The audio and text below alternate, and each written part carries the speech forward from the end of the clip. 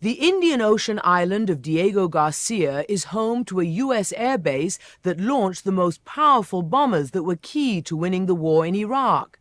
But it was also once home to an indigenous population who was summarily uprooted and shipped against their will to another island 1,200 miles away. So today, only military personnel and the workers they imported are allowed onto Diego Garcia. No outsiders can get in. But the real story is finally surfacing. On a string of beautiful coral islands in the middle of the Indian Ocean, America has built one of its most important strategic bases, Diego Garcia.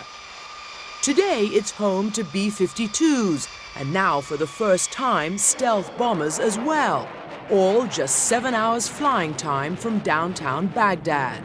Supply ships as big as skyscrapers loaded with tanks, weapons and ammunition for Marine and Army brigades gathered there before the order was given to invade Iraq. Back in the 70s, when Diego Garcia became central to American military operations, James Schlesinger, who's now in the private sector, was Secretary of Defense. It is critical to American security and has steadily grown more critical. Indeed, it is one of the wisest investment of government funds that we have seen over the last 3 or 4 decades. And few would disagree. 4 decades ago, when the United States and the Soviet Union were racing to get footholds in this region, the U.S. discovered Diego Garcia, a coral island in the middle of the Indian Ocean. The Americans had asked the British, their longtime allies who still had colonies in the region, to find them an uninhabited island for their base.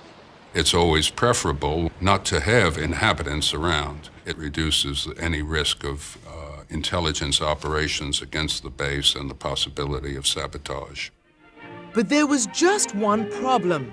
There were inhabitants on Diego Garcia, and they had been living there for more than 200 years. The children here do not have all the toys that town children play with. This old British newsreel shows a thriving community of about 2,000 people who worked on the island's coconut plantation. But the British didn't see that as a problem. To make way for the US base, they simply moved all the inhabitants 1,200 miles away to other tropical islands, Mauritius and the Seychelles. Back then, when the island was a British colony, Marcel Moulinet managed the coconut plantation. It was he who was ordered to ship the people out. In order to have their base, what did the Americans want you to do with the island? Total evacuation. They wanted no indigenous people there.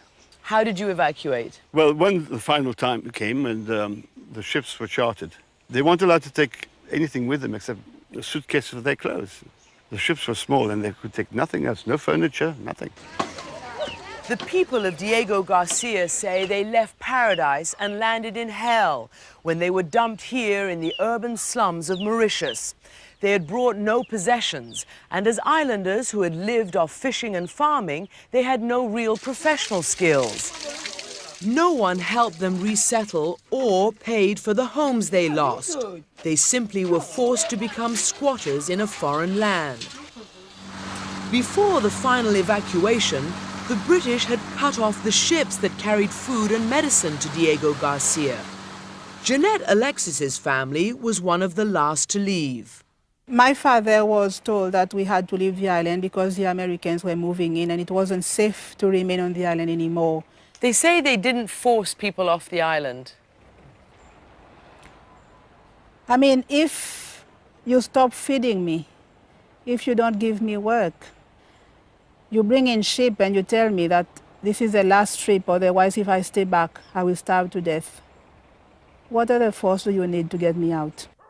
The islanders say the other force that got them out was fear, when British officials ordered their pets to be exterminated.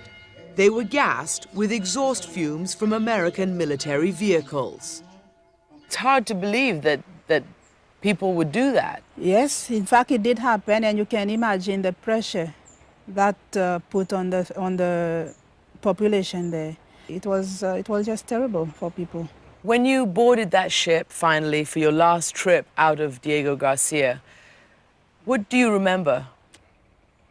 We were crying. We were hanging onto our mother's skirt, crying, because although we were very young, we understood that we were leaving something very, very valuable behind, and that was our home.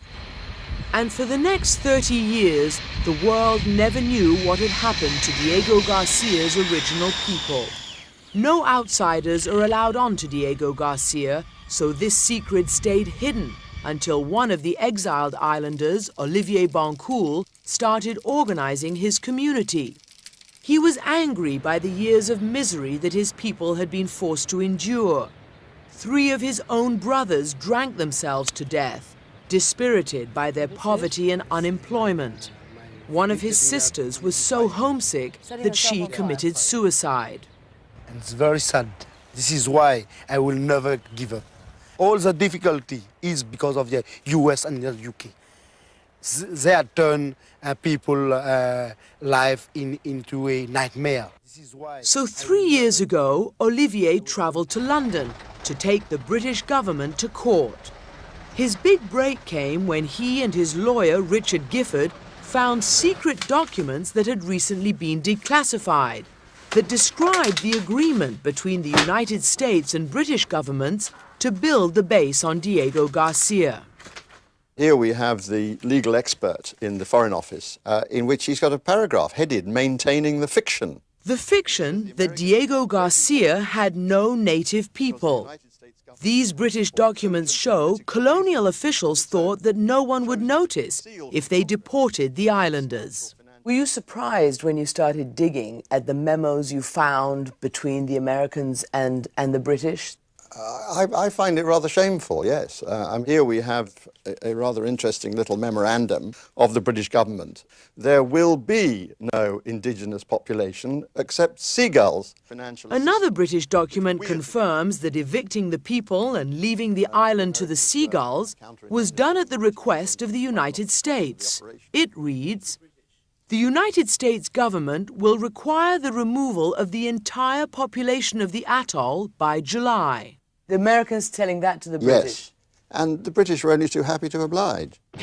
And what did the British get in return for providing the Americans a population-free island?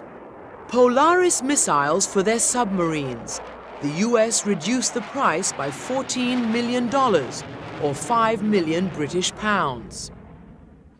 Well, you have to understand that the stiff upper lips hardly quivered at the idea of moving the population. They didn't care. So £5 million was a massive incentive compared with a very modest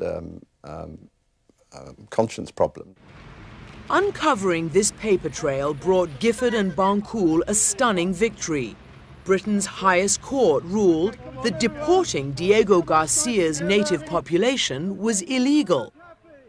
But the euphoria didn't last long because the court didn't propose a remedy, neither money nor what the people wanted most, to return home and the right to earn a living on the base.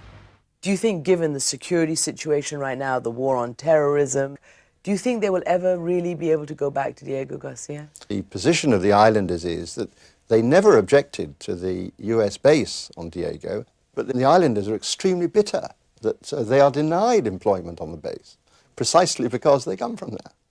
Especially since the base employs several thousand civilian workers from other countries like the Philippines. Benoit Emilien used to recruit those civilian employees.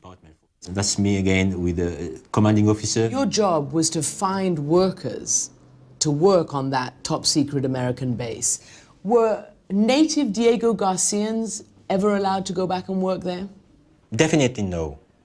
Why not? I was given instruction to be careful. They don't want any kind of claim or demonstration. And when Benoit tried to talk to his American friends on the base about Diego Garcia's original inhabitants, he found the subject was taboo. It's like this, they stay away, like... they don't want to know? No, they don't want to know. And they don't want visitors. When the islanders asked to visit their family graves, they were told in this letter from the British government that the US had to grant permission.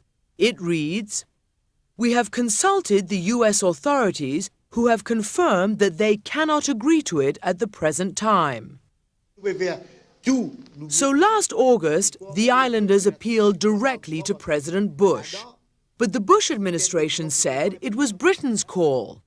This letter reads, "Because of the vital role the facility plays in the global war on terrorism, British authorities have denied permission to visit Diego Graciou. We concur and support the decision." Qasim Youtim, the former president of Mauritius, had written the letter to President Bush on behalf of the islanders. So both sides are essentially passing the buck. That's what they're doing. That's exactly what they are doing. I think that it is most not only inhuman, but illegal. They should never have been expelled from their land. We tried repeatedly to interview anyone from the British and American governments about this affair, but no one from the British Foreign Office, the US State Department, or the Pentagon would even talk to us. But Dan Urish did talk to us. Back then, he was the American commander on Diego Graciou. In retrospect, do you think that they were treated fairly, these people? You know, I have a great sympathy for them. I think the British are the ones that are probably legally responsible for it. Morally, the U.S. certainly has an interest in seeing that things are made right for the islanders. And until that happens, Olivier Bancoul, Jeanette Alexis, and the rest of the islanders say they'll never give up. Now they are suing both the United States and British governments for compensation and the right to return. It's an important base, I agree. But at the same time, they should have realized that people are also important. Do you think you have any chance taking on America, taking on Britain? The Americans and the British always talk about the champions of human rights. There we are. What they did to us, they should rectify it. They should look after us. You know, they should do what they preach.